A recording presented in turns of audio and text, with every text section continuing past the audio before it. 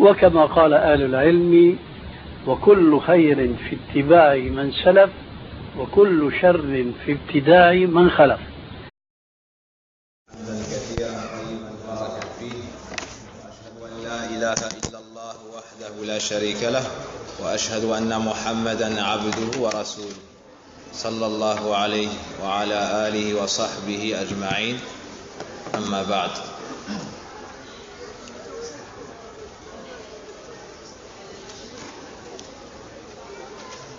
Concernant les livres qu'on distribue aux élèves qui assistent au cours, il y a une rupture de stock. C'est là car ils vont sortir une nouvelle édition corrigée, revue et corrigée. Donc il faudra attendre quelques semaines pour pouvoir se le procurer.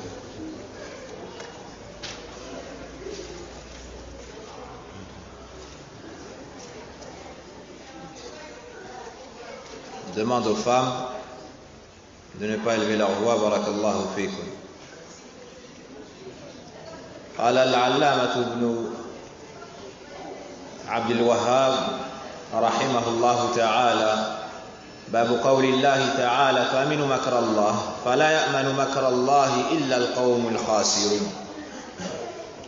وقوله: ومن يقنط من رحمة ربه إلا الضالون. Donc nous sommes entrés hier dans le chapitre numéro 33 à propos de la parole d'Allah. Sont-ils à l'abri du stratagème d'Allah? Seuls les gens perdus se sentent à l'abri du stratagème d'Allah. Allah dit également: et qui désespère de la miséricorde de son Seigneur, sinon les égarés. Dans ce chapitre, l'auteur rahimahullah ta'ala nous met en garde contre deux péchés très graves et nuisible au serviteur. Le premier, le fait de se sentir à l'abri du châtiment d'Allah. Le deuxième, le fait de désespérer de la miséricorde d'Allah. Une seconde.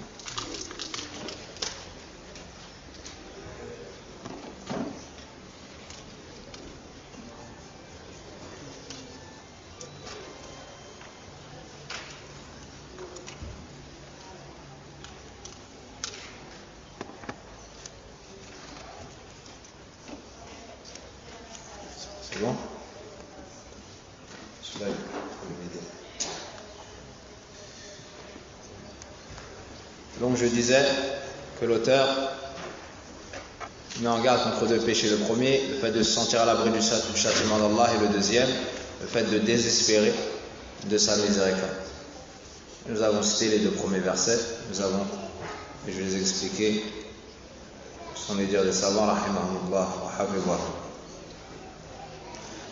قال المؤلف رحمه الله تعالى: عن ابن عباس رضي الله عنهما أن رسول الله صلى الله عليه وسلم سئل عن الكبائر فقال: الشرك بالله واليأس من روح الله والأمن من مكر الله. Ibn Abbas radiallahu anhuma rapporte que le messager d'Allah sallallahu alayhi wa sallam a été questionné au sujet des grands péchés. Il a répondu: il s'agit du polythéisme, du shirk, du fait de désespérer de la clémence d'Allah et de penser être à l'abri de son stratagème. Donc pour la traduction, du fait de désespérer de la clémence d'Allah, vous mettez entre parenthèses, ou de son secours. Sur l'explication du mot rawh. Mais cette traduction est bonne.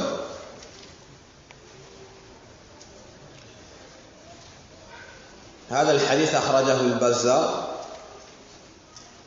والطبراني واختلف أهل العلم في صحته ورجح بعضهم الوقوف على ابن عباس رضي الله عنهما.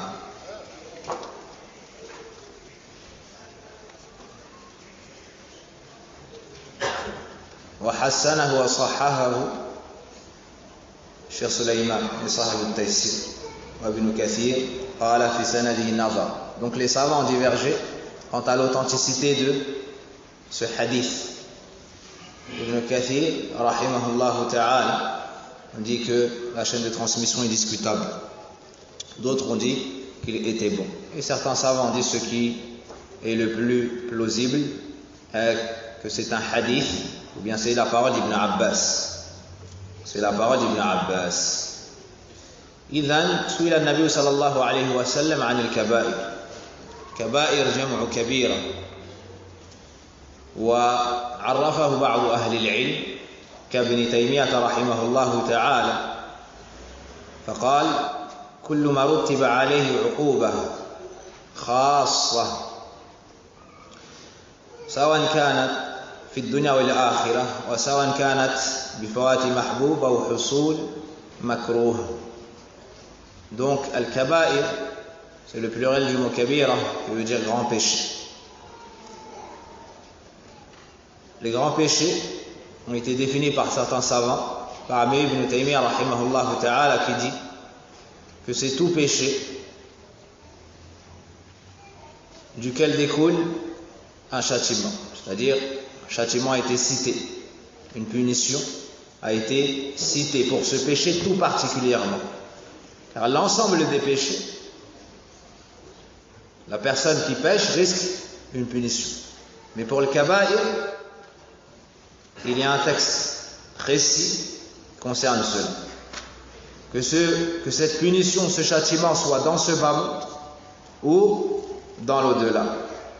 Et que ce soit quant à la perte d'une chose aimée ou au fait de recevoir une chose détestable. Une chose détestable. Par exemple, ذكر اللعن أو الغضب أو ليس منا أو فقد الإيمان. Par exemple, tous les textes dans lesquels on lit ne fait pas partie des nôtres celui qui fait telle chose ou telle chose. Ça veut dire que c'est un grand péché. Où il y a la citation de la malédiction. Maudit soit celui qui fait telle chose ou telle autre. N'a pas la foi celui qui fait telle chose ou telle chose. Ça peut entrer aussi dans al-kaba'ir bil-jumla. Où on cite un châtiment dans ce bas monde ou dans l'au-delà. Où on cite un châtiment dans ce bas monde ou dans l'au-delà. Par exemple, ceux qui mangent la chair de leurs frères. Par exemple, ceux qui mentent sur les musulmans en les taxant de ce dont ils sont innocents. Le prophète sallallahu alayhi wa sallam nous dit Man qala fi akhihi ma laysa fihi askanahu Allahu ghadrat al-khabar. Celui qui dit sur son frère ce dont il est innocent, Allah le fera habiter dans les déchets des habitants de l'enfer. Ici on te cite quoi? Un châtiment dans l'au-delà. Donc on va classer le fait de mentir sur un musulman dans quoi? Dans les grands péchés.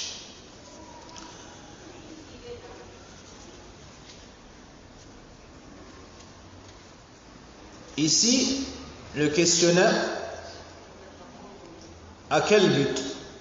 Les Sahaba radiallahu anhu, lorsqu'ils posaient des questions, c'est dans le but d'adorer Allah. Lorsqu'ils demandent sur les grands péchés, c'est dans le but d'en s'en éloigner. Mais au jour d'aujourd'hui, comme dit Ibn Athaymin rahimahullah ta'ala, beaucoup posent des questions pour poser des questions. Pas dans le but d'adorer Allah azza wa jalla. Il te demande une chose, tu lui dis est-ce que tu es concerné? Tu lui dis non, juste pour savoir. Là, l'ilm لا يتعلم لأجل التعلم فقط بل للتعبد. Donc tu dois étudier afin d'agir, d'adorer Allah azza wa jalla. Si c'est un bien, tu le mets en pratique. Si c'est un mal, tu t'en éloignes. Le prophète sallallahu alayhi wa sallam nous dit Ash-shirku billah. Donc le premier grand péché cité ici, c'est le plus grave, le polythéisme. Al-kabir wa as-saghir. Ajma' ahli al-ilm ala anna ash-shirk al-asghar akbar al-kaba'ir. Donc que ce soit le polythéisme majeur ou le mineur. Et tous les savants sont d'accord, unanimes pour dire que le polythéisme mineur est le plus grand des péchés. Qui sont donc sous le shirk. وَالْيَأْسُ مِنْ رَوْحِ اللَّهِ. الْيَأْسُ فَقْدُ الرَّجَاءِ وَالْيَأْسُ مِنْ رَوْحِ اللَّهِ. Deuxièmement, le fait de désespérer de la clémence d'Allah ou bien de son secours. Al-Ya's, c'est le fait de désespérer, de perdre espoir. Wal-Rawh, qaribun min ma'na ar-Rahmah. Yarhamuka Allah. Wal-Faraj, wat-Tanfis. Donc le mot ar-Rawh est proche du sens du mot ar-Rahmah, la miséricorde, la clémence. Mais ça a un autre sens, c'est la délivrance. Quelqu'un qui est dans une difficulté, d'accord, le secours, la délivrance se nomme également de la sorte. Puis, wal-amnu min makrillah, le fait de se sentir à l'abri du stratagème d'Allah. Wa hadi laysat lil hasr. Les péchés cités ici n'ont pas pour but de citer une liste exhaustive. Mais on voit dans différents hadiths que le prophète sallallahu alayhi wa sallam cite tantôt 3 péchés, dans d'autres 5 et ainsi de suite. Dans d'autres 7. Car le prophète sallallahu alayhi wa sallam, de par la perfection de sa sagesse dans la da'wah, adaptait son discours à chaque personne. Adaptait son discours à chaque personne. Un homme est venu voir le prophète sallallahu alayhi wa sallam et lui a dit Ya Rasulallah, awsini, qala lahu la taqda. Faraddada miraran, qala lahu la taqda. Le prophète sallallahu alayhi wa sallam a reçu un homme qui lui a dit au message d'Allah, fais-moi des recommandations. Et il lui a dit, ne te mets pas en colère. Ne te mets pas en colère. L'homme a réitéré sa demande. Le prophète sallallahu alayhi wa sallam n'a cessé de lui répondre la même chose. Donc si toi, tu conseilles quelqu'un, tu vas le conseiller selon ce que tu connais de lui.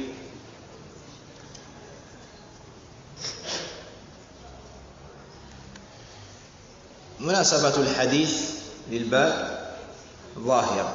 Le lien qu'il y a entre le hadith et le chapitre est évident. C'est que dans ce hadith, on nous montre que désespérer de la miséricorde d'Allah et se sentir à l'abri de son stratagème entre dans les grands péchés. Entre dans les grands péchés, c'est donc une chose interdite. ما يستفاد من الحديث تحريم الأمن من مكر الله واليأس من روحه. Tire de ce hadith l'interdiction de désespérer de la miséricorde d'Allah et de se sentir à l'abri de son stratagème. Et que ce sont 2 grands péchés. وفي هذا رد على طائفتين من أهل البدع الخوارج والمرجئة ومن سلك مسلكهما.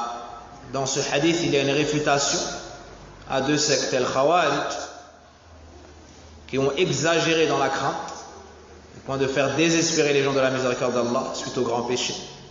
Et il y a une réfutation al Murji'ah, qui ont exagéré dans l'espoir, au point de se sentir à l'abri du châtiment d'Allah Azza wa Jal. نستفيد من هذا أن الشرك أكبر الكبائر للبدء به. On tire également de cela que le polythéisme est le plus grand péché, car ici on a commencé par le signe.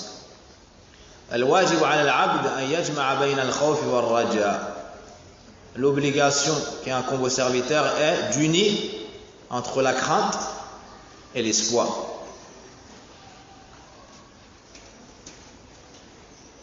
Des points concernant al-kaba'ir. Des points concernant al-kaba'ir. Premièrement, دلت النصوص على أن الذنوب تنقسم إلى كبائر وصغائر. La première chose, c'est que les textes nous enseignent que les péchés se divisent en 2. Il y a les grands péchés et il y a les petits péchés. Il y a les grands péchés et il y a les petits péchés. Et ceci est tiré du Coran ainsi que de la Sunna. Allah subhanahu wa ta'ala nous dit in tajtanibu kaba'ira ma tunhauna an nukaffir ankum sayyi'atikum. Allah nous dit dans le Coran, dans Surat An-Nisa, si vous vous éloignez des grands péchés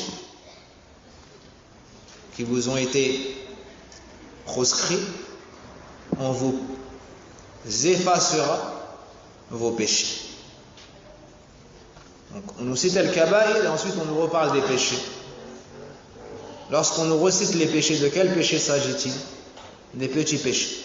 Donc si vous vous éloignez des grands péchés, Allah vous pardonnera les petits. وقال الذين يجتنبون كبائر الإثم والفواحش dans sourate An-Najm, Allah Azza wa Jalla nous dit ceux qui s'éloignent des grands péchés. Puis il nous dit والفواحش, des turpitudes. Donc on voit qu'on nous cite des catégories de péchés. ونقل الإجماع على ذلك العلامة ابن القيم رحمه الله تعالى. Ibn al-Qayyim nous dit qu'il y a le consensus des savants sur ce point, c'est-à-dire que les péchés se divisent en grands et petits. وذكر ابن تيمية رحمه الله تعالى أن الجهمية أنكروا هذا التقسيم. La secte de l'Jahmiyya, ceux qui ont renié le nom de l'attribut d'Allah Azza wa Jal, ont renié cela. وكذا بعض الأشاعرة.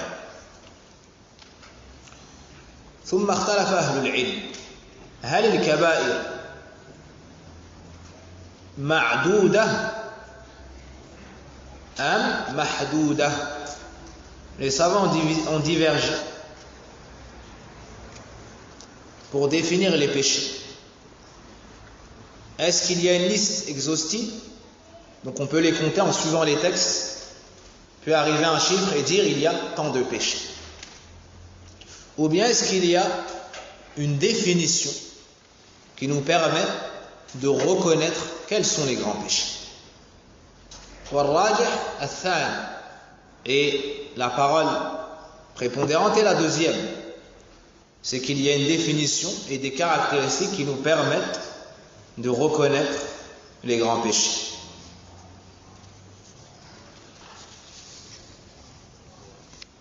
فحد الكبيرة يعني ذكر أهل العلم أكثر من قول وأصوبها قال الشيخ صالح السندي ما وجبت فيه الحدود أو توجه إليه بالوعيد خاص، يعني قيد بهذا دائما، كاللعن أو عذاب أو نار أو أنه ليس منا أو البراءة أو لا يدخل الجنة وما أشبه ذلك. Donc la meilleure définition est de dire toute action qui engendrera une sentence. Toute action qui engendrera une sentence.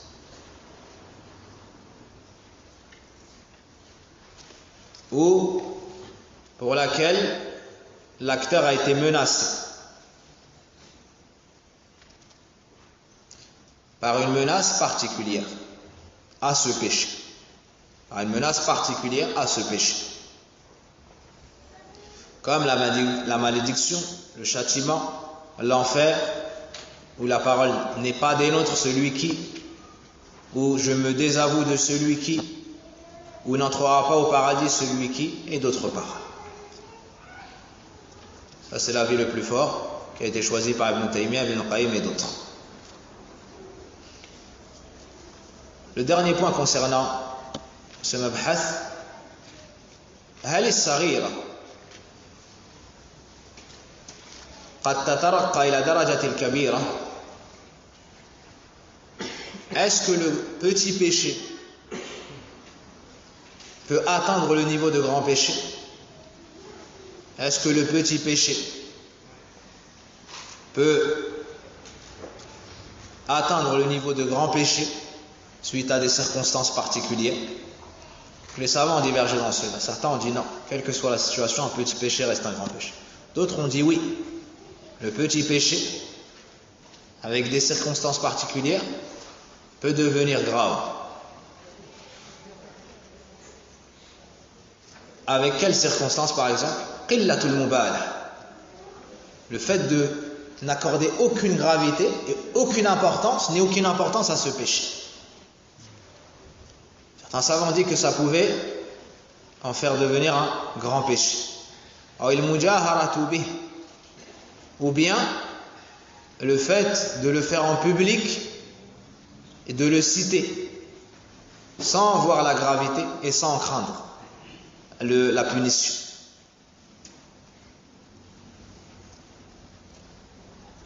Ou bien al-israr alayh, le fait de le faire continuellement, le fait de le faire régulièrement et continuellement.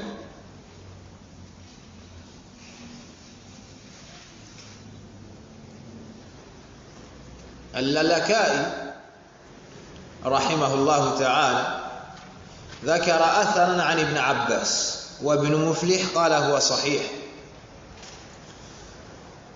قال ابن عباس رضي الله عنه هي أي الكبائر عفوا إلى 700 أقرب منها إلى 70. هي إلى 700 أقرب منها إلى 70 غير أنه لا كبيرة مع استغفار ولا صغيرة مع إصرار. وهذا هو الشاهد. Donc il y a un athar d'Ibn Abbas dans lequel il dit le nombre de grands péchés est plus proche des 700 que des 70. Le nombre des grands péchés est plus proche des 700 que des 70. Si ce n'est que il n'y a pas de grands péchés qui restent avec la demande de pardon. Et il n'y a pas de petits péchés qui restent si tu le fais continuellement. C'est-à-dire que ça devient un grand péché. Donc si tu fais des istighfar, tu demandes pardon à Allah Azza wa Jal pour ton grand péché, il te l'efface. Et si tu restes dans les petits péchés continuellement, à ce moment-là, ils peuvent devenir des grands péchés. Ça, c'est un avis parmi l'avis des savants. Wallahu a'lam. Et le dernier texte, عن ابن مسعود رضي الله عنه قال أكبر الكبائر الإشراك بالله والأمن من مكر الله والقنوط من رحمة الله واليأس من روح الله. رواه عبد الرزاق. Ibn Mas'ud radiallahu anhu a dit les plus grands des péchés sont le fait d'associer une divinité à Allah, se sentir à l'abri de son stratagème et désespérer de la miséricorde d'Allah.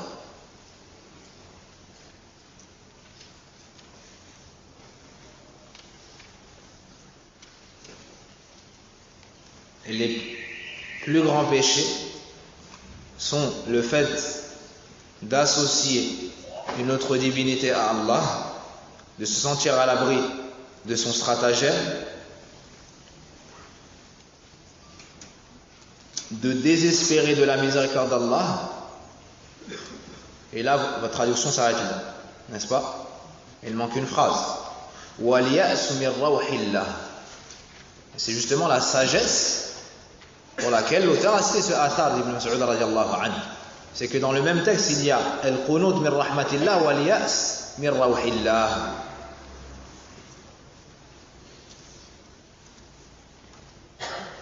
Donc vous rajoutez et de perdre espoir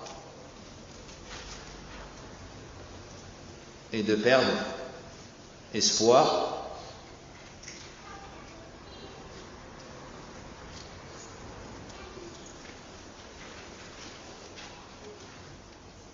donc soit dans le fait d'être touché de sa clémence, soit dans le fait d'être secouru.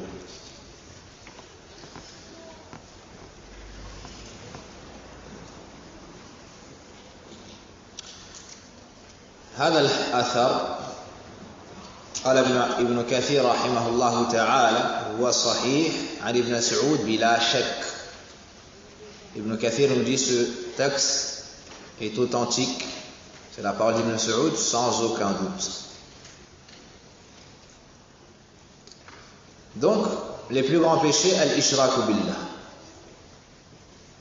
le polythéisme, le fait d'associer Allah Azza wa Jal.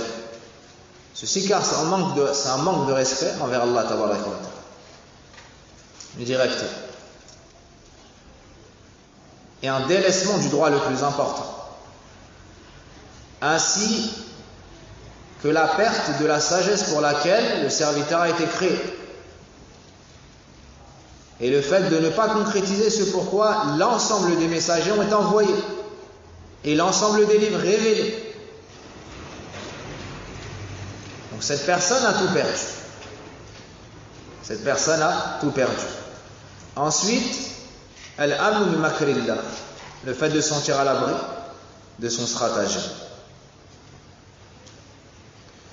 Puis, al-qunut min rahmatillah.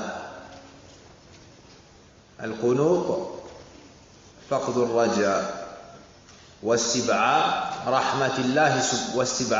رحمة الله عز وجل في حصول المطلوب. Al-Qunut, c'est le fait de voir loin de soi la miséricorde d'Allah Azza wa Jal quant à l'obtention de la chose recherchée. Quant à l'obtention de la chose recherchée.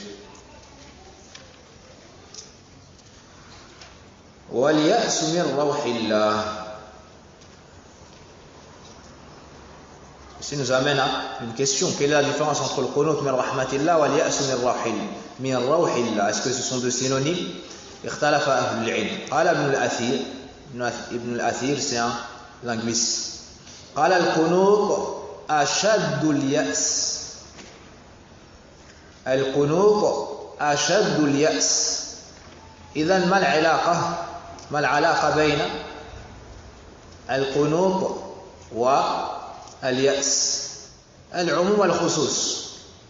فكل قنوط يأس ولا العكس. Donc certains parmi les savants ont dit que le mot al-qunut est le summum du désespoir. Al-yas, c'est désespérer, perdre espoir. Et al-qunut en arabe, c'est le summum du désespoir. D'accord? Si vous avez un mot, ne m'en faites pas en français.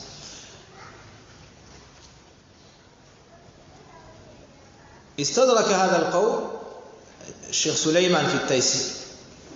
Donc le petit-fils de l'auteur rahimahullah ta'ala a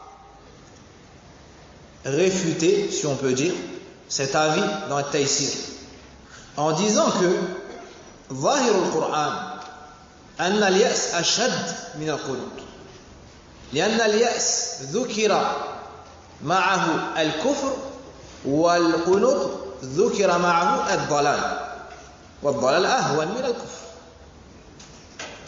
Donc Cheikh Sulayman rahimahullah ta'ala, c'est le petit-fils de l'auteur, celui qui a écrit le meilleur sharh de Kitab Tawhid selon l'avis de certains savants, nous dit ce qui est apparent du Coran, c'est que l'yas est plus intense dans le désespoir que al-qunut, car le al-yas a été cité pour les kuffars et al-qunut a été cité pour les égards.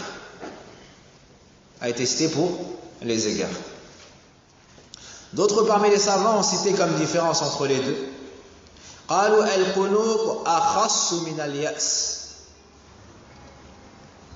لكن من جهة أخرى. Certains savants ont dit que al-qunut est plus spécifique, plus particulier que al-yas, que le simple désespoir. Mais d'un autre point de vue, pas comme l'ont cité les premiers. قال الراهي رحمه الله تعالى القنوط مختص بالخير. هذا قول وجيه جدا. القنوط خاص بالخير، أي إذا انقطع الإنسان عن الطمع في حصول الخير كيف يسمى هذا؟ قنوطا. أما اليأس فهو أعم في انقطاع الطمع في حصول المطلوب أو كشف ماذا الكروب أو المكروه. Donc un autre avis, un linguiste a dit le mot al-qunut en arabe est plus particulier que le mot al-yas. Al-qunut, c'est le fait de désespérer mais dans le bien, quant à l'obtention d'un bien. Alors que l'yas est utilisé pour le désespoir quant à l'obtention d'un bien, tout comme il est utilisé pour le désespoir quant à la dissipation d'un mal. Donc al-qunut est plus particulier que al-yas.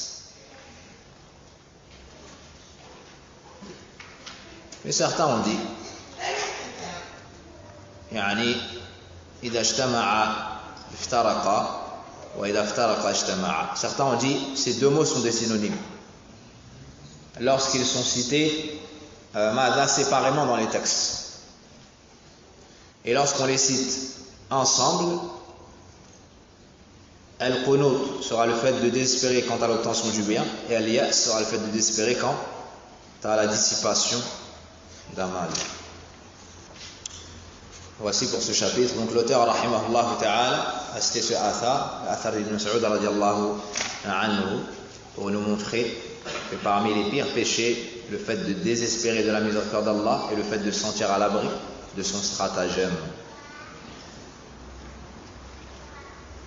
On y voit donc l'interdiction. On tire de ce athar ce qu'on a tiré des textes passés. Ce sont de graves péchés. Ils sont interdits. Que le croyant doit donc avoir le contraire de ses caractéristiques. Il doit vivre entre la crainte et l'espoir. Walhamdulillah alladhi bihi tatimmu as-salihat. قال المؤلف رحمه الله تعالى باب من الإيمان بالله الصبر على أقدار الله. Chapitre numéro 34, il fait partie de la foi en Allah, l'endurance vis-à-vis des décrets d'Allah. Au lieu du mot la patience, mettez l'endurance, c'est plus adéquat. Car il y a la notion de supporter une difficulté dans ce terme, l'endurance. Un frère m'avait fait la remarque, il y a de cela longtemps, après une khutbah, Jazahullahu khayran wa faqahullah.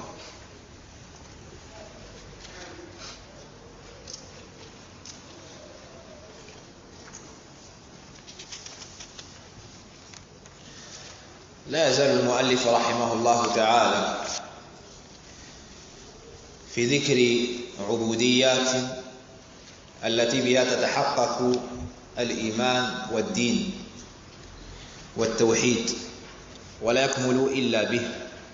L'auteur est toujours ici dans la citation de certaines adorations sans lesquelles le musulman ne peut parfaire sa foi, sans lesquels le musulman ne peut fonder un islam fort et solide, reposant sur des fondations solides. مناسبة الباب لكتاب التوحيد أراد المصنف رحمه الله تعالى هنا يبين وجوب الصبر على أقدار الله تبارك وتعالى وتحريم التسخط منها لأن ذلك ينافي كمال التوحيد. L'auteur a cité ce chapitre dans son livre Kitab al-Tawhid en voulant nous montrer par cela l'obligation de se montrer endurant, que les femmes ferment la cloison qu'il y a entre elles et les hommes. Donc, l'auteur veut nous montrer à travers cela l'obligation de se montrer endurant. Croyant à l'obligation de se montrer endurant lors du décret d'Allah Azza wa Jal qui peut pour lui être douloureux et difficile à supporter. Et ainsi que l'interdiction de se révolter contre le décret d'Allah Tabaraka wa Ta'ala. Car cela est contradictoire avec la perfection du tawhid. وخص هذا النوع من أنواع الصبر وخص هذا النوع نعم لأنه قليل عند كثير من الناس والله المستعان. Et l'auteur a spécifié cette forme d'endurance, alors que comme on le verra, il y a 3 formes d'endurance, car peu sont ceux qui l'ont lors du décret d'Allah subhanahu wa ta'ala. Peu sont les gens qui sont endurants, qui patientent véritablement avec leur langue, leur cœur, leurs membres même si beaucoup le prétendent avec leur langue.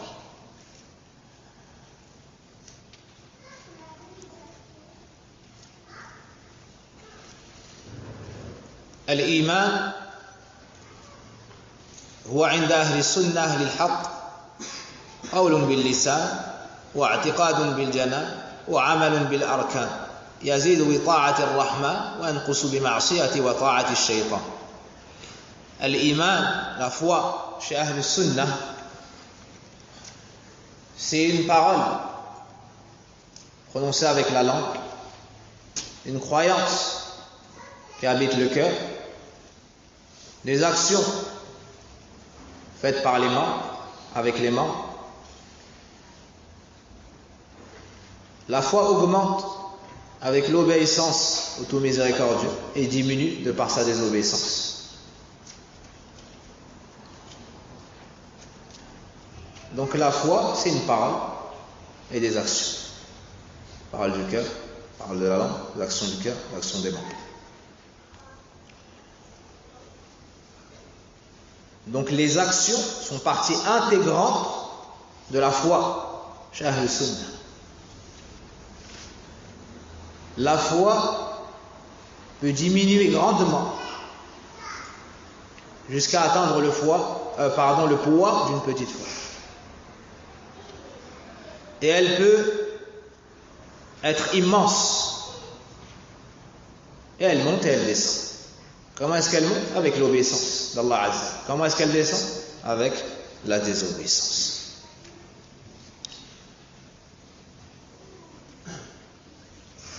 باب من الإيمان بالله الصبر. الصبر لغة هو الحبس. الصبر dans la langue arabe, c'est l'emprisonnement.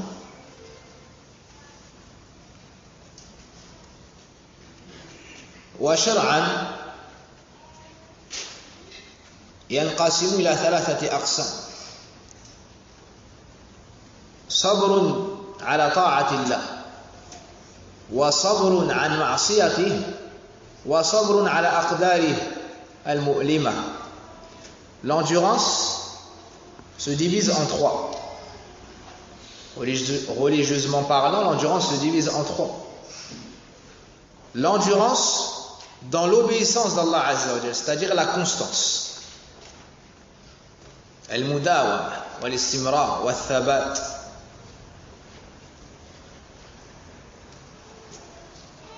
Par exemple, le fait de préserver les saintes prières à l'heure à la mosquée. هذا صبر على طاعة الله.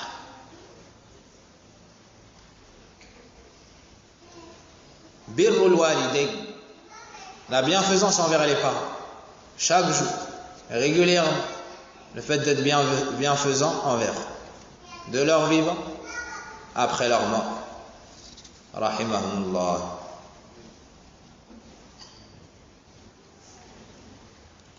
Sabrun an ma'siyati. Deuxièmement, l'endurance devant la désobéissance d'Allah. Pas dans l'obéissance d'Allah, mais devant la désobéissance d'Allah.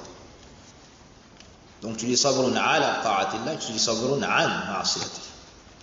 Donc la personne doit faire des efforts pour supporter et endurer les passions, les mauvais conseils, afin de ne pas tomber dans le péché. Donc il supporte et il endure. Comme celui qui préserve sa langue du mensonge, de la médisance, de la moquerie, des mauvaises blagues, et ainsi de suite. Là, c'est du sabr an ma'asiyatillah.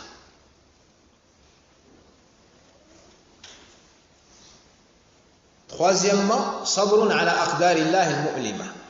Le fait de se montrer endurant lors du décret d'Allah qui peut être amer.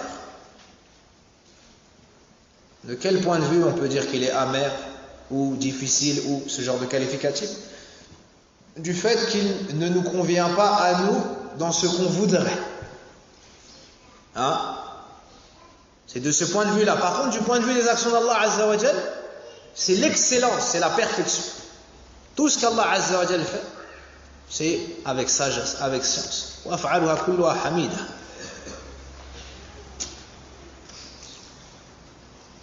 الله طيب لا يقبل إلا طيبا فهو طيب في أفعاله في أسمائه في صفاته جل وعلا كما قال العلامة عطية محمد سالم رحمه الله في شرح الأربعين. Donc, lors du décret, douloureux comme la maladie, la perte d'un travail, la pauvreté, la perte d'un proche, d'un être aimé, le décès, une douleur, et ainsi de suite, le serviteur doit se montrer endurant.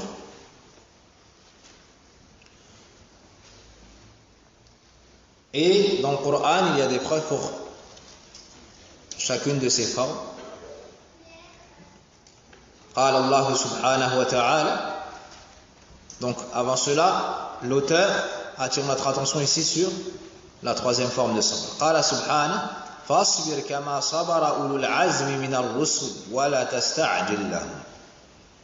Surat al-Ahqaf, verset 35, vous prendrez la traduction.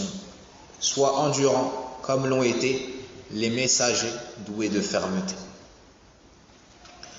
وما حكم الصبر فهو واجب بالإجماع.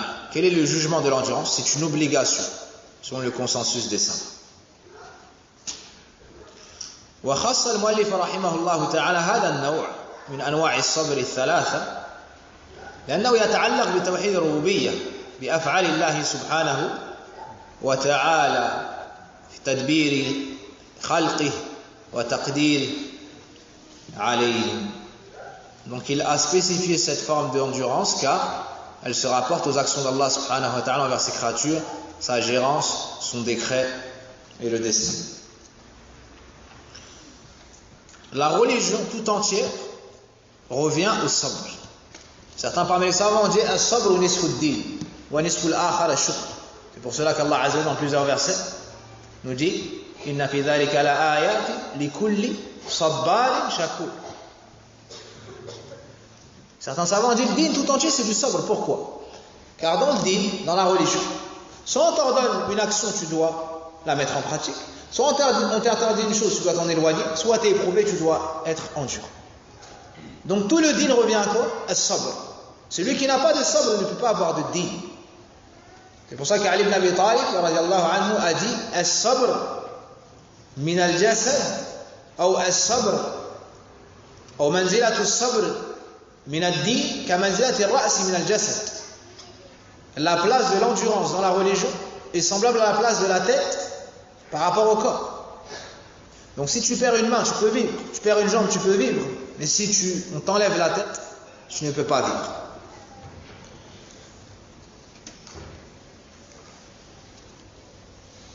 Donc tu as besoin d'endurance pour adorer Allah subhanahu wa ta'ala.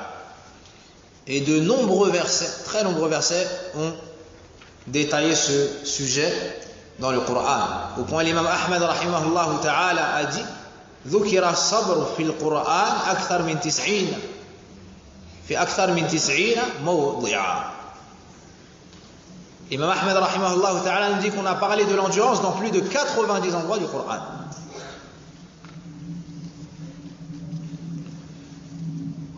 وأهل الصبر كثرت يعني فضائل لأهل الصبر فهم أهل الإيمان الكامل. قال الله الذين صبروا وعلى ربهم يتوكلون هم أهل الفوز والبشارة والفلاح. قال الله بشر الصابرين. قال النبي صلى الله عليه وسلم والصبر ضياء والله وهم أهل معية الله والله مع الصابرين. ولا أحد يستطيع أن يكون صابرا إلا بإعانة الله. واصبر وما صبرك إلا بالله ومن يتصبر يصبره الله. Je peux te demander comment être patient. Tu ne pourras jamais être patient sans l'aide d'Allah. Ud'u Allah, invoque Allah. Demande à Allah de faire de toi quelqu'un de patient. Certaines personnes ne sont pas patientes dans la préservation des obligations. Il fait la salat, ensuite il délaisse la salat. Il préserve le fajr un jour, il délaisse le fajr un jour à l'heure. Demande à Allah de t'aider afin d'être droit dans l'obéissance. Certaines personnes délaissent les péchés. Ils travaillent dans le haram, il arrête. Ensuite il reprend. Puis il délaisse, puis il reprend. Demande à Allah Azza wa Jal de t'aider dans cela. Certaines personnes baissent le regard devant les femmes. Puis, arrivant en été, yutliq nadar, il regarde. Puis, il se rappelle, se repent, baisse le regard. Puis, il retombe. Demande à Allah Azza wa Jal de t'aider à être plus endurant, plus fort. Certaines personnes, lors du décret d'Allah Azza wa Jal, sont endurantes. Mais par moments, lorsque ça touche des choses vraiment qui leur est chères, ils ne se montrent pas endurants. Comme lors du décès d'un proche, des parents, des enfants, de l'épouse, du mari, ou comme lors d'un divorce. Beaucoup de femmes et d'hommes perdent leur religion suite à un divorce. Ils ne supportent pas l'épreuve, comme s'ils avaient été créés pour le mariage. Ils ne supportent pas. Alors la femme enlève son hijab et se met à désobéir à Allah Azza wa Jalla et à maudire l'ensemble des hommes de la terre. Et là, se met à critiquer l'ensemble des femmes parmi les musulmans, wal-'iyadhu billah. Donc la personne qui veut avoir cette grande qualité doit la demander à Allah subhanahu wa ta'ala. وَالَّذِينَ جَاهَدُوا فِينَا لَنَهْدِيَنَّهُمْ سُبُلَنَا وَإِنَّ اللَّهَ لَمَعَ الْمُحْسِنِينَ. Donc celui qui fait des efforts, Allah Azza wa Jalla l'aidera.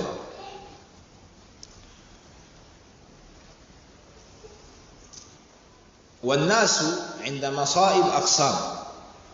Les gens, lors de l'épreuve, se divisent en quatre.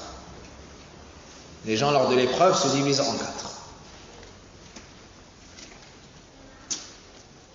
أولاً أهل التسخط, ceux qui se révoltent contre le décret d'Allah Azza wa Jalla. هؤلاء هم الخاسرون.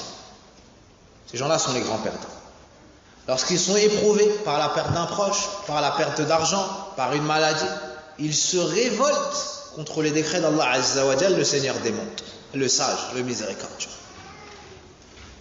Ils se révoltent. Ils ne sont pas satisfaits de ce qu'Allah Azza wa Jalla a décrété et se mettent en colère contre le fait qu'Allah ait décrété cela sur eux. C'est comme s'ils accusaient Allah subhanahu wa ta'ala, le sage, d'avoir été injuste envers eux. Pourquoi mon enfant, il n'a jamais fait de mal? Pourquoi moi, j'ai toujours été bien? Et ce genre de paroles.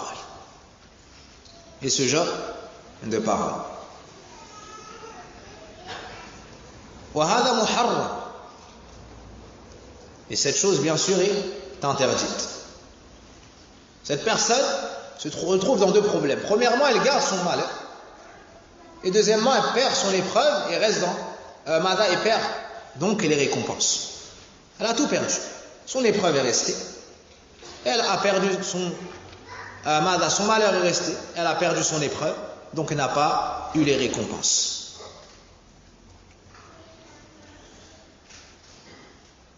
Cette personne peut même se mettre donc en colère contre les destins d'Allah Azza wa Jal, et certaines personnes sont même sorties de l'islam, wal-'iyadhu billah, à cause de cela. Certains insultent Allah Azza wa Jal lors de l'épreuve. Certains insultent le prophète sallallahu alayhi wa sallam lors de l'épreuve. Cette personne sort de l'islam. Cette personne sort de l'islam. Et on ne dit pas, mais il est en colère. كيف؟ هو عاقل يسب رب العالمين هذا كافر بالله العظيم بإجماع المسلمين. Celui qui insulte Allah subhanahu wa ta'ala yakfur, sort de l'islam. On ne va pas dire on regarde ce qu'il y a dans son cœur ou là. Al-kufr, ça peut être avec la langue, ça peut être avec le cœur, ça peut être avec les mains, ça peut être avec al-kaf. La personne qui ne fait pas une chose. Deuxièmement, ahlus sabr, donc le niveau le plus bas, ceux qui sont dans le péché, sont ceux qui se sont révoltés contre le décret d'Allah. Ensuite, le premier degré, ahlus sabr, les gens qui se montrent endurants lors du décret d'Allah subhanahu wa ta'ala. Ces gens-là ont mis en pratique ce qui leur incombait. Ils ont fait ce qui était obligatoire. هذا هو واجبهم. فيرى الأمر ثقيلا عليه. الصابر يرى الأمر ثقيلا عليه ويكره المصيبة بنفسها لا ما قدر الله لكن المصيبة ولا يرضى بالمصيبة ولكن يتحمل ويصبر مع الكراهية. Donc le sabr, l'endurant, comment se comporte-t-il devant l'épreuve? Il n'aime pas l'épreuve. L'épreuve est pour lui amère, elle est difficile. Il n'est pas satisfait de ce qui le touche et il aurait préféré ne pas être touché de cela. Mais ça, c'est son regard sur la chose, pas sur l'acte d'Allah Azza wa Jal et son décret. Donc du point de vue du décret d'Allah Azza wa Jal, il ne le remet pas en question. Mais du point de vue de la chose en elle-même, en soi, il aurait préféré ne pas être touché par cette chose. Il aurait préféré ne pas être touché par cette chose. C'est amer, c'est difficile. Il supporte, il se bat, il retient sa langue, il retient ses membres. Il n'a pas de mauvaise opinion d'Allah Azza wa Jal. Voici le degré du sabr. Voici le degré du sabr. Il est endurant, il a fait ce qui était obligatoire. Puis il y a le degré de l'élite. Le deuxième degré, Ahlur Rida. Ceux qui ont agréé l'épreuve. Pas ceux qui la supportent seulement, non. Au-dessus de l'endurance. Ahlur Rida. Non, le Tasakhut, ils ne sont pas en niveau. Ils sont en dessous. Tu arrives au premier degré au sabr. Deuxième degré, Ar-Rida. Tamam? Jazakallah khair. Et à chaque fois que je me trompe, Mada, je me réfute. Avec le tact que tu as eu là. Mada, Ar-Rida, l'agrément. Donc ces derniers sont satisfaits d'être dans l'épreuve. Et pour eux, d'être dans l'épreuve ou ne pas être dans l'épreuve, c'est semblable. Car ils vont où va le décret d'Allah Azza wa Jal. Allah subhanahu wa ta'ala a décrété de reprendre mon fils, raditu billahi rabba. Je suis satisfait de ce qu'Allah Azza wa Jal a fait. Et Allah fera pour moi que le bien. Et ce qu'il décrète pour moi est meilleur que ce que j'aurais voulu pour moi-même. Et il a plus de pitié et de miséricorde envers moi que mes propres parents. En ont. Alors il est satisfait. Où le décret va, il va. Et lui n'a pas cette amertume. Il n'a pas à faire cet effort pour supporter. Il est satisfait. De par la grande connaissance qu'il a d'Allah subhanahu wa ta'ala, la bonne opinion qu'il a de lui, le grand espoir qu'il a dans la récompense d'Allah Azza wa Jal, fait qu'il agrée son épreuve.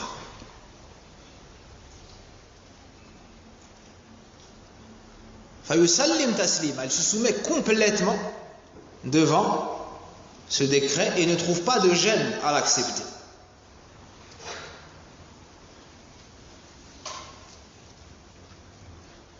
Puis, le degré des prophètes, des messagers et de ceux qui ont réussi à se rapprocher. Qui sont-ils? Qu'est-ce qui répond à cette question sans se tromper? Tu vas répondre et tu ne vas pas te tromper? Allahu a'lam. Ça peut être qu'une bonne réponse, mais ce n'est pas la question. Man yujib wa la yukhti. Tu vas répondre sans te tromper? Al-ilm wal yaqin. Si tu penses, c'est pas du ilm, la certitude. Si tu dis bi yaqin wa ilm, tafaddal. Ulil azm min ar-rusul, ça c'est les gens, les acteurs de cette action. Moi je veux le degré, l'appellation, l'action. Ça c'est une main de timide. T'es pas motivé toi. T'es pas motivé. Tafaddal Ibrahim. أحسن الله إليك أحسن الله إليك أسأل الله سبحانه وتعالى جعلك من الشاكرين عند النعمة والبلاء. Donc comme a dit notre frère Ibrahim وفقه الله أهل الشكر. Ça c'est صفوة خلق الله خلاص الموحدين الذين أيقنوا بوعد الله سبحانه وتعالى. ce sont ceux qui se montreront reconnaissants envers Allah. Ils remercient Allah d'être dans cette épreuve. Allahu Akbar. Et qui est-ce qui pourrait atteindre ce degré si ce n'est celui à qui Allah Azza wa Jalla a accordé l'assistance et la réussite. فلكمال صدقهم بالله وصبره ورضاهم بقضائه وقدره يشكرون له. Donc devant la grande croyance qu'ils ont en Allah et la pleine confiance en sa promesse et le grand espoir dans la récompense, ils remercient Allah Azza wa Jal pour cette épreuve. Ils remercient Allah subhanahu wa ta'ala pour cette épreuve. Ces gens-là, عند البلاء يوفقون إلى النظر في ماذا عواقب الصبر الحميدة والنتائج والثمار. Ces gens-là, leur particularité, c'est qu'Allah Azza wa Jalla leur accorde la réussite quant au fait d'avoir, comment on va dire ça, ils regardent loin, ils pensent aux fruits de l'endurance, pensent à la récompense d'Allah Azza wa Jalla. Cela les amène, donc cette chose qui habite leur cœur les amène à remercier Allah Azza wa Jalla avec leur langue pour ce bien. Remercier Allah subhanahu wa ta'ala avec leur langue pour ce bien. Et cela se manifeste par plusieurs choses. Premièrement, Allah Azza wa Jalla leur accorde le tawfiq. فيقول الحمد لله لأن هذا البلاء حصل في الدنيا ولا في دينه.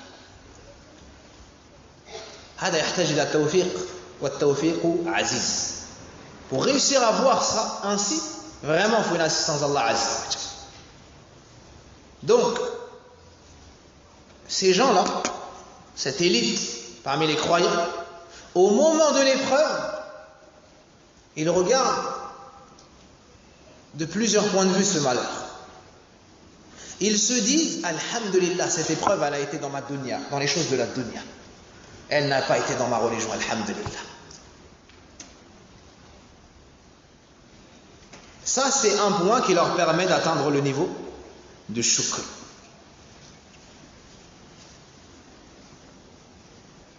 Deuxièmement, ils regardent le malheur et se disent Alhamdulillah, ana khayru min ghayri, ana fi ni'ma, ana fi ni'ma. Il se dit lors du malheur Alhamdulillah, un tel est dans une situation plus difficile que moi.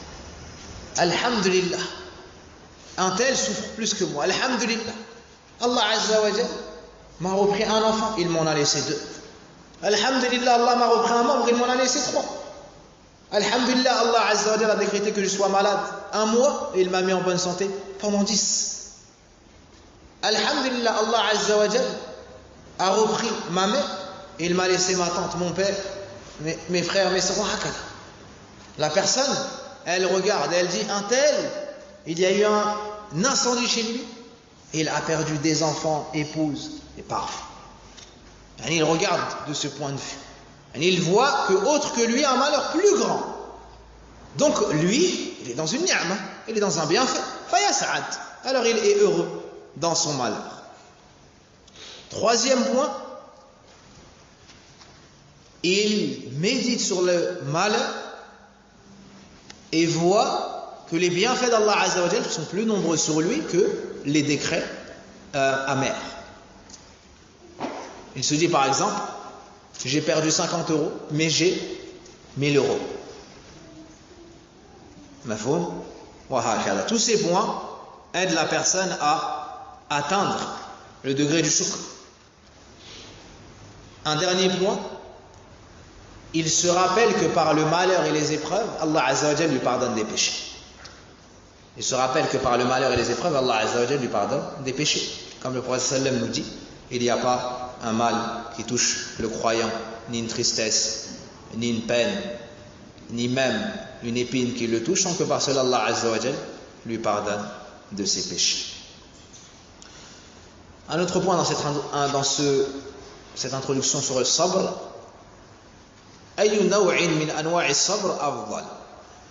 nous avons cité que le sabr se divise en trois. Qu'est-ce qui me rappelle la première partie du sabr?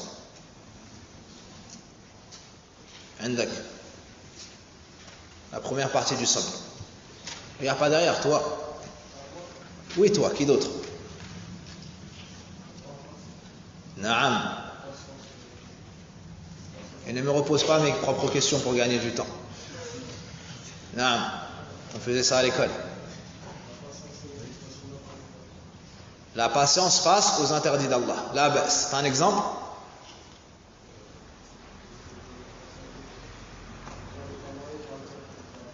Ahsan. Celui qui se préserve car il n'est pas marié. Il endure afin de ne pas tomber dans le péché. Un deuxième point du sabr. La patience dans l'obéissance. Utiliser le mot endurance, c'est plus adéquat. Est-ce que tu as un exemple? La personne qui reste ferme dans la préservation de la prière. Le troisième point, parmi ceux qui ont mal au dos. Fadal Am. Ahsan Allahu ilayk. Jazakallahu khayran. Ajabtu wa ahsant. Barakallahu fik. Donc, l'endurance là de l'épreuve. معك مثال عن اذكر لي مثالا على هذا. أيوة. المرض. نعم. Celui qui est malade, c'est une chose qui fait partie du décret qui peut être difficile à supporter. La personne se montre endurante. Quelle forme d'endurance est meilleure? Quelle est la forme d'endurance qui est la meilleure? La meilleure forme, premièrement, c'est les deux premières. As-sabr ala ta'atillah wa an ma'siyatillah. Ces formes-là sont meilleures qu'as-sabr ala aqdarillah. Pourquoi? عندك محمد أمين أتربط الإزر ما تدري اجتهد.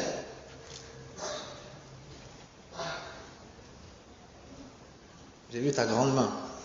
اصبر. On fait le درس الصبر. أيوة. الصبر على طاعة الله وعن معصيته أفضل من الصبر على أقدار الله المؤلمة. لماذا؟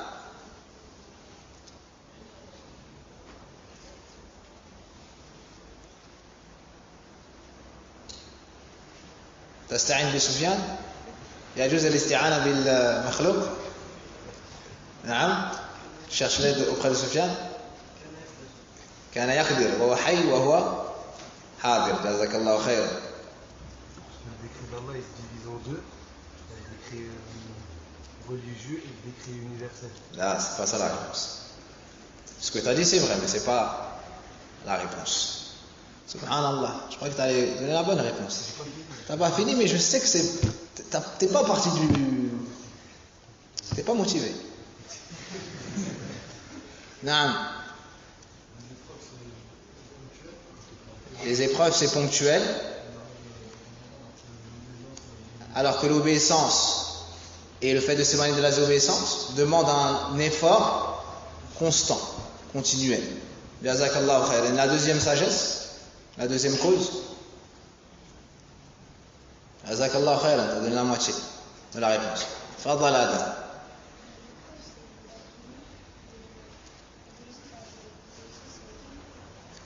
Adam nous dit le décret, ce que nous touche, ça touche la dunya. Et l'obéissance et la désobéissance, ça fait partie du din. Allahu a'lam. Je vais poser cette question à un cher. Est-ce qu'on peut le rentrer dans ça? Fikratun tayyiba. Notez ce point-là et je vais poser la question, Inch'Allah.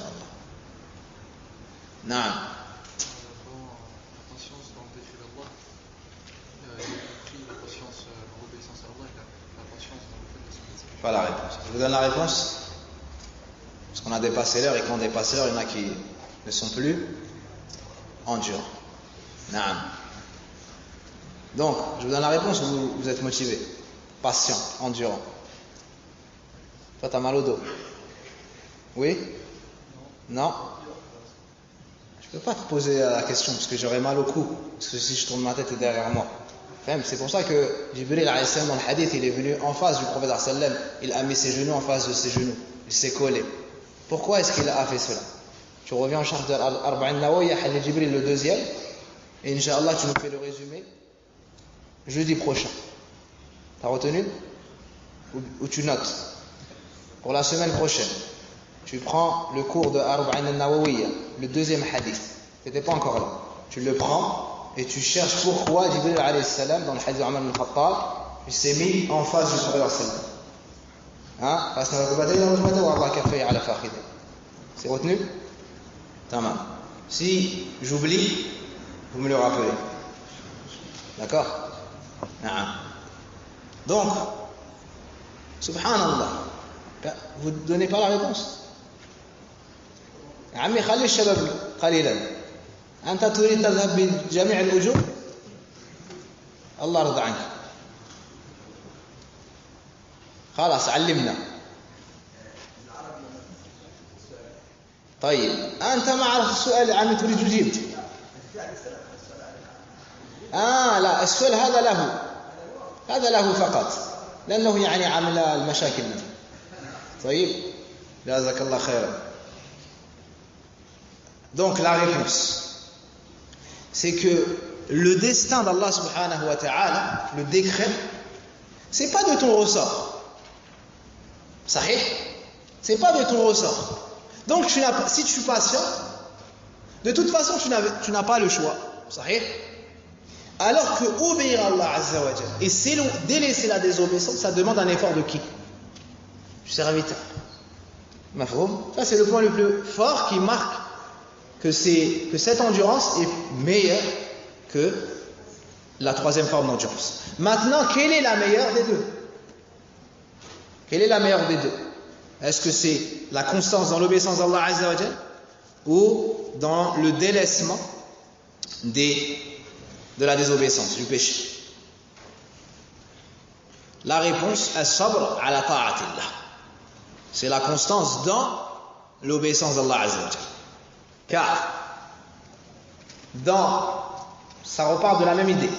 Dans la constance devant la désobéissance d'Allah azza wa jalla, le fait de faire des efforts afin de ne pas tomber dans le péché, il y a juste al-kaf, un délaissement. Al-tark ou al-kaf. Alors que dans la constance, dans l'obéissance d'Allah azza wa jalla, il y a quoi? Al-fi'l. Mafhoum? Il y a l'agisson. Par exemple, pour délaisser une mauvaise parole, tu ne fais rien. Sahih? Mais pour dire du bien, tu fais quelque chose. Même si en arabe, le délaissement est appelé une action.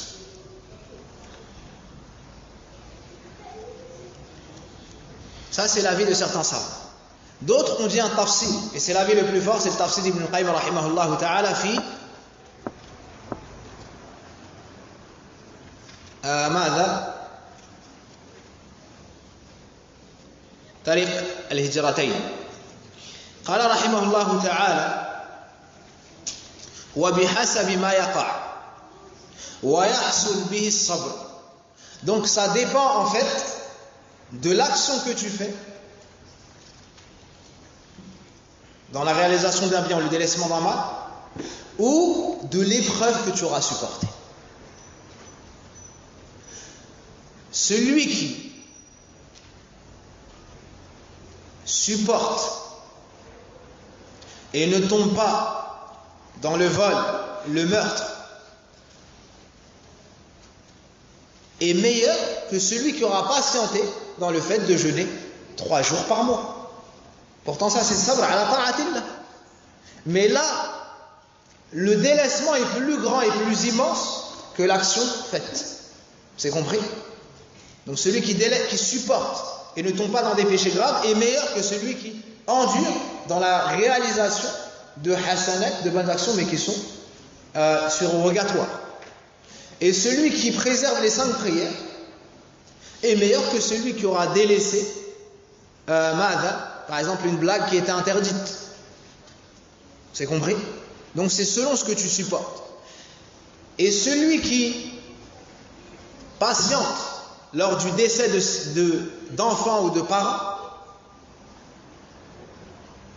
est meilleur que celui qui aura été patient dans le fait de préserver Salatul Duha par exemple. D'accord? Celui qui patiente après avoir perdu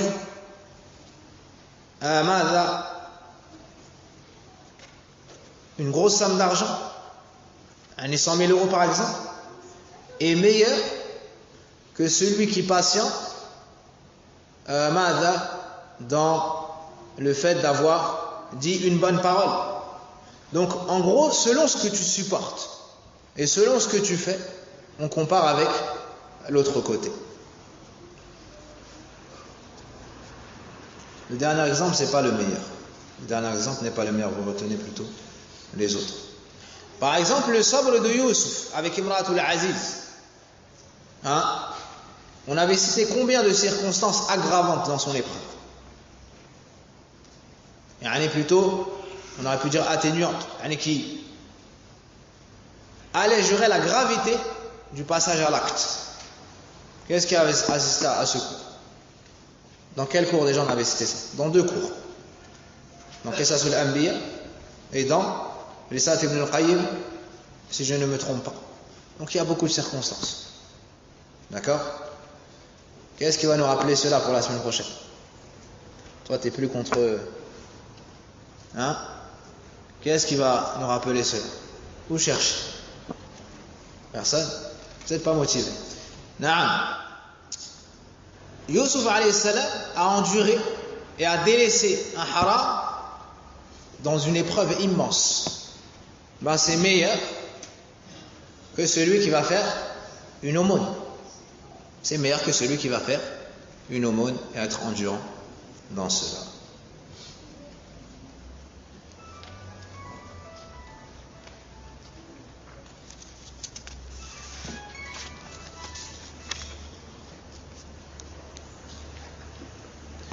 Ouais. Il reste un peu de temps. On va prendre quand même le verset. قال المؤلف رحمه الله تعالى ومن يؤمن بالله يهدي قلبه عفوا وقول الله تعالى ومن يؤمن بالله يهدي قلبه. L'auteur nous cite un verset qui est Allah, la parole d'Allah dit, donc la parole d'Allah le Très-Haut, toujours sous ma traduction bien sûr, et quiconque croit en Allah, il guide son cœur. Et quiconque croit en Allah, il guide son cœur. قال علقمة والرجل تصيبه المصيبة فيعلم أنها من عند الله فيرضى ويسلم.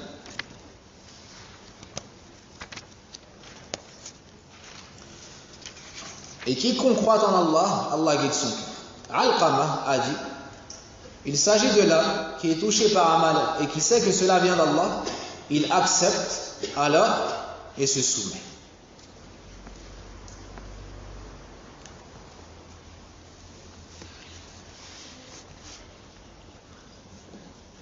يعينك على فهم المناسبة أن تقرأ ما قبل هذه الآية ما أصاب من مصيبة إلا بإذن الله ومن يؤمن بالله يهدي قلبه والله بكل شيء عليم. Donc ici c'est une partie du verset. Il y a quelque chose avant et quelque chose après. Allah Azza wa Jalla nous dit nul malheur n'atteint l'homme si ce n'est par la permission d'Allah. Et quiconque croit en Allah, Allah guide son cœur. Allah est certes omniscient.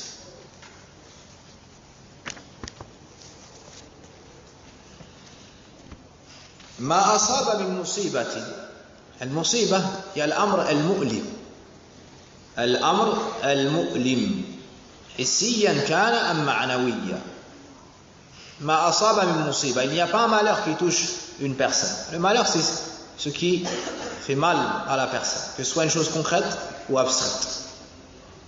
Donc ça te fasse mal, par exemple une parole ou la perte d'un être cher, ou bien une maladie ou un coup. illa bi'idhnillah. Ay al-qadar al-kawni. Donc nul malheur ne touche une personne si ce n'est avec la permission d'Allah. La permission d'Allah est de deux types. Comme le décret al-kawni wa al-shar'i.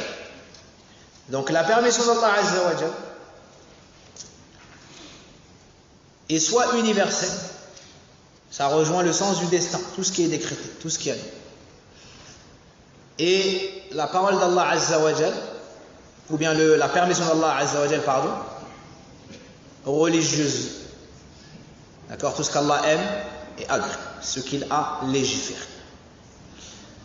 Ici, de quel décret s'agit-il? On parle de la musiba. Donc ça entre dans... Il y a un décret, la permission, on va dire, universelle, c'est ce qui concerne le destin, tout ce qui se passe.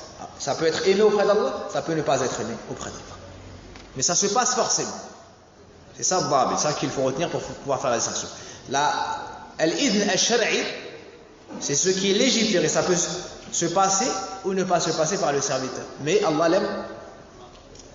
C'est sûr qu'Allah l'aime. Donc dans ce verset, de quel idhn s'agit-il?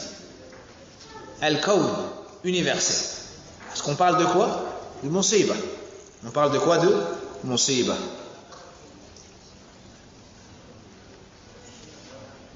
Wa man yu'min billahi yahdi qalbah. Puis Allah Azza wa Jalla nous dit, celui qui croit en Allah, Allah guide son cœur.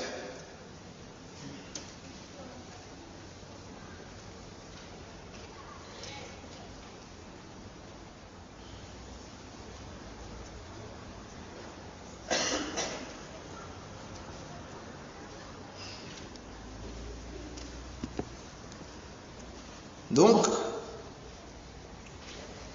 et celui qui croit en Allah, Allah guide son cœur.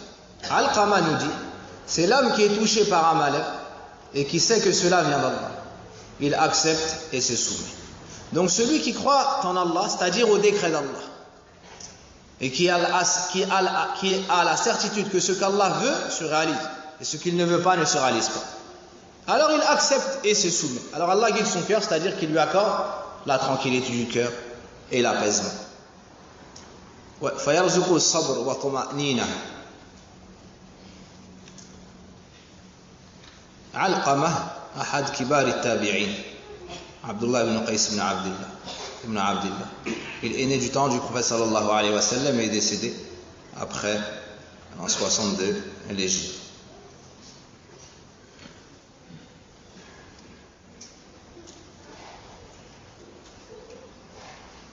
Allah subhanahu wa ta'ala est sage, savant, il est miséricordieux. Donc la personne qui reçoit une épreuve, elle doit se rappeler qu'Allah Azza wa Jalla est parfait dans tout ce qu'il fait et dans tout ce qu'il décrète. Et il fait avec science et sagesse subhanahu wa ta'ala. مناسبة الآية للباب فيها فضيلة الصبر على أقدار الله وأن الصبر من الإيمان. Donc l'auteur a cité ce verset dans ce chapitre car on y voit le mérite de l'endurance lors du décret d'Allah. Le mérite de l'endurance lors du décret d'Allah. Et que l'endurance fait partie de la foi. Parmi la foi, il y a l'endurance. يستفاد من الآية فضل الصبر على المصائب وأن الأعمال من مسمى الإيمان وأن الصبر من أسباب هداية القلوب. On tire de ce verset le mérite de l'endurance lors du décret d'Allah. On tire également que entre dans la foi l'endurance. Aussi que parmi les causes de la guidée du cœur, as-sabr.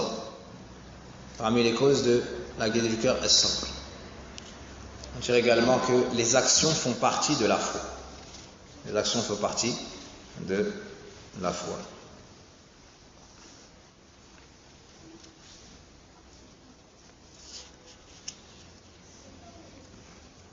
وفي صحيح مسلم عن أبي هريرة رضي الله عنه أن رسول الله صلى الله عليه وسلم قال اثنتان في الناس هما بهم كفر الطعن في النسب والنياحة على الميت ولهما عن ابن مسعود مرفوعا ليس منا من ضرب الخدود وشق الجيوب ودعا بدعوى الجاهلية. L'imam Muslim rapporte dans son recueil authentique d'après Abu Huraira radiallahu anhu que le prophète sallallahu alayhi wa sallam a dit deux choses chez les gens sont une forme de mécréance: insulter les origines et se lamenter sur le mort.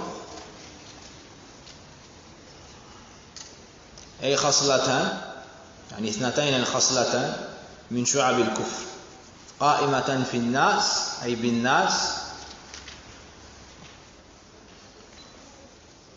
وتبقيان فيه. Donc deux caractéristiques qui ne cesseront d'être sur une partie des gens, qui font partie des branches de la mécréance. Nous savons dit qu'ils font partie des actions que font les mécréants. Premièrement, at-ta'anu fi an-nasab, fait d'insulter les origines. أي بالوقيعة فيها أو بإنكارها من إنكار نسبة فلان إلى فلان. Donc insulter les origines, c'est-à-dire en parlant mal, en dénigrant, en rabaissant, en critiquant, ou bien en niant une filiation, en disant un tel ne fait pas partie de telle tribu par exemple. Deuxièmement, وَالنِّيَاحَةُ عَلَى الْمَيِّتِ. النياحة رفع الصوت بالبكاء عند المصيبة أو عند الميت بالندب بذكر أو تعديد الشمائل على هيئة التسخط. Donc النياحة c'est les lamentations, c'est le fait d'élever la voix en se plaignant lors d'un malheur ou lors d'un décès, en dénombrant, en citant les qualités qu'avait le défunt, et lorsqu'il fait cela, c'est pour se révolter contre ce qui s'est passé. D'accord? Il y a un décès, et t'entends la femme ou l'homme dire: il n'a jamais fait de mal à personne, il était comme ça, en se plaignant, en se révoltant devant le décret. لأن في هذا إظهار عدم الصبر بل التسخط على قدر الله. Car dans cela, la personne manifeste son manque d'endurance et manifeste sa colère contre ce qu'Allah Azza wa Jal a décrété et le fait de ne pas être satisfait du décret d'Allah Tabaraka wa Ta'ala. Donc ça, c'est un manque de tawhid. C'est un manque de tawhid, le fait de se lamenter. مناسبة الحديث للباب تحريم النياحة لما فيها من التسخط على قدر الله وعدم الصبر. Donc, on voit ici, l'auteur a cité ce hadith, car on y voit l'interdiction des lamentations.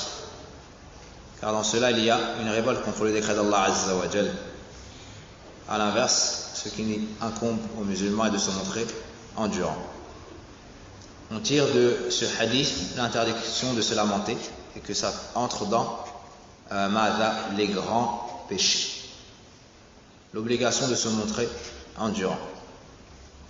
On tire de ce hadith أن من الكفر ما لا يخرج من الملة. On tire de ce hadith que parmi la mécréance, il y a une partie qui ne fait pas sortir de l'islam. Donc la mécréance se divise en deux: al-kufru al-akbar ou al-kufru al-asghar. Man yu'arrif al-kufr al-akbar. Qu'est-ce qui nous donne la définition du kufr akbar? Puis la définition du kufr asghar. عندما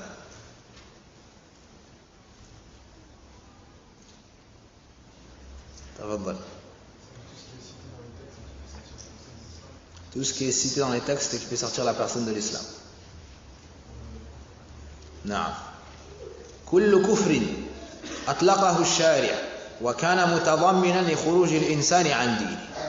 c'est toute mécréance qui a été citée dans les textes entraînant l'exclusion de la personne de l'islam. Kasab billah wa sihr, comme le fait d'insulter Allah, ou comme la sorcellerie, comme le fait de prétendre que quelqu'un connaît l'invisible. Non. أما الكفر الأصغر هو كل كفر أطلقه الشارع ولم يكن متضمنا لخروج الإنسان عن دينه. La mécréance mineure est toute mécréance qui a été citée dans les textes mais n'entraînant pas l'exclusion de la personne de l'islam, comme le meurtre, le musulman. قال النبي صلى الله عليه وسلم سباب المسلم فسوق وقتاله كفر, comme ce qui est cité ici dans le hadith, النياحة et الطعن في النسب. وفي هذا رد على الخوارج, et dans cela une réfutation à la khawarij.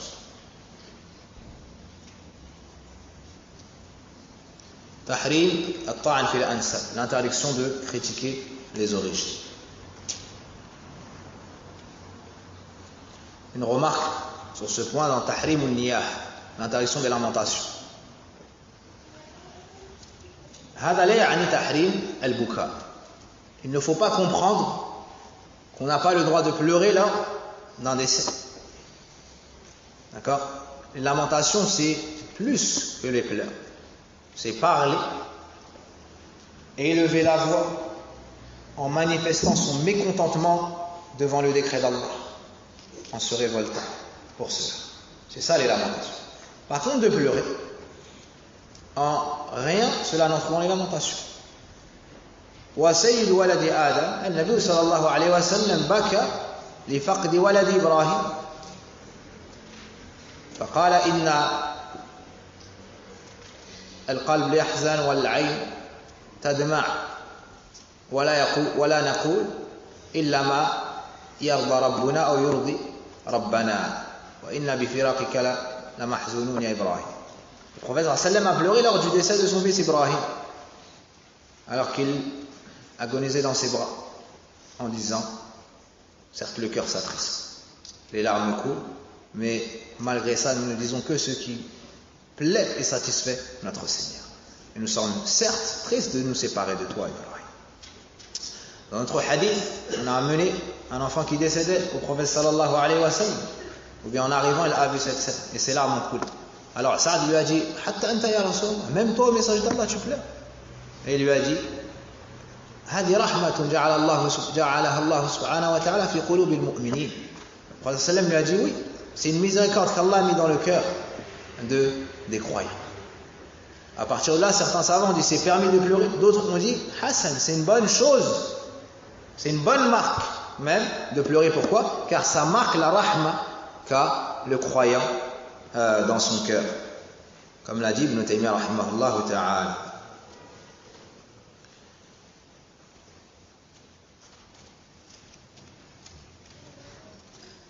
Et sachez également que c'est permis de dire quelques paroles. C'est permis de dire quelques paroles ou quelques éloges du mort sans qu'il y ait dans cela une révolte contre le décret d'Allah subhanahu wa ta'ala. Il y a des exemples à cela. Par exemple, lorsque le prophète sallallahu alayhi wa sallam est décédé, comme dans Sahih al-Bukhari, Fatima radiallahu anha a dit Wa abatah, ô mon père, ajaba rabban da'ah, il a répondu à un Seigneur qui l'a rappelé.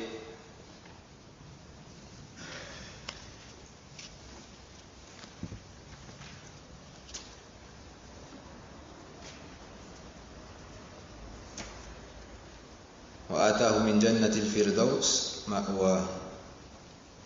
Dans notre hadith, Abu Bakr radiallahu anhu est rentré chez Aïcha radiallahu anha lors du décès du prophète sallallahu alayhi wa sallam. Elle l'a embrassé sur le front et a dit Wa Khalila, ô mon bien-aimé, celui que j'aimais le plus, Wa Nabiyya, Wa Safiya, Donc il a prononcé quelques paroles. Ces quelques paroles ne sont pas interdites et n'entrent pas dans les lamentations.